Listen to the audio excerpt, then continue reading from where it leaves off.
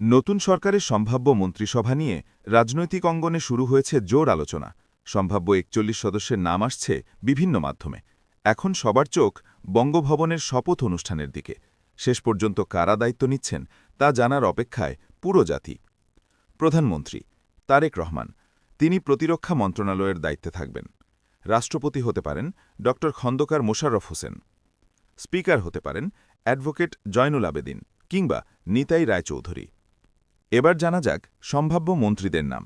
স্থানীয় সরকার ও পল্লী উন্নয়ন মন্ত্রী মির্জা ফখরুল ইসলাম আলমগীর, স্বরাষ্ট্রমন্ত্রী সালাউদ্দিন আহমেদ, স্বরাষ্ট্রমন্ত্রী প্রতিমন্ত্রী শহীদুদ্দিন চৌধুরী এনি, পররাষ্ট্রমন্ত্রী আমির খসরু মাহমুদ চৌধুরী, পররাষ্ট্রমন্ত্রী প্রতিমন্ত্রী ড হুমায়ুন কবির, অর্থমন্ত্রী ড রেজা কিবরিয়া, শিক্ষামন্ত্রী এহসানুল হক মিলন, শিক্ষা প্রতিমন্ত্রী সাহিদ আল নোমান, আইনমন্ত্রী সাবেক অ্যাটর্নি জেনারেল মোহাম্মদ আসাদুজ্জামান, তথ্যমন্ত্রী আন্দালিব রহমান পার্থ, তথ্য প্রতিমন্ত্রী ড মাহদি আমিন, পরিকল্পনামন্ত্রী ড আব্দুল মঈন খান, বাণিজ্য মন্ত্রণালয় মন্ত্রী আব্দুল মুক্তাদির, শিল্পমন্ত্রী আব্দুল আউয়াল মিন্টু, নৌপরিবহন মন্ত্রী মেজর হাফিজ, শ্রম ও কর্মসংস্থান মন্ত্রী নজরুল ইসলাম খান, পানি সম্পদ মন্ত্রী আসাদুল হাবিব দুলু, মুক্তিযুদ্ধ বিষয়ক মন্ত্রী ফজলুর রহমান, সড়ক পরিবহন ও সেতুমন্ত্রী আমানুল্লাহ আমান,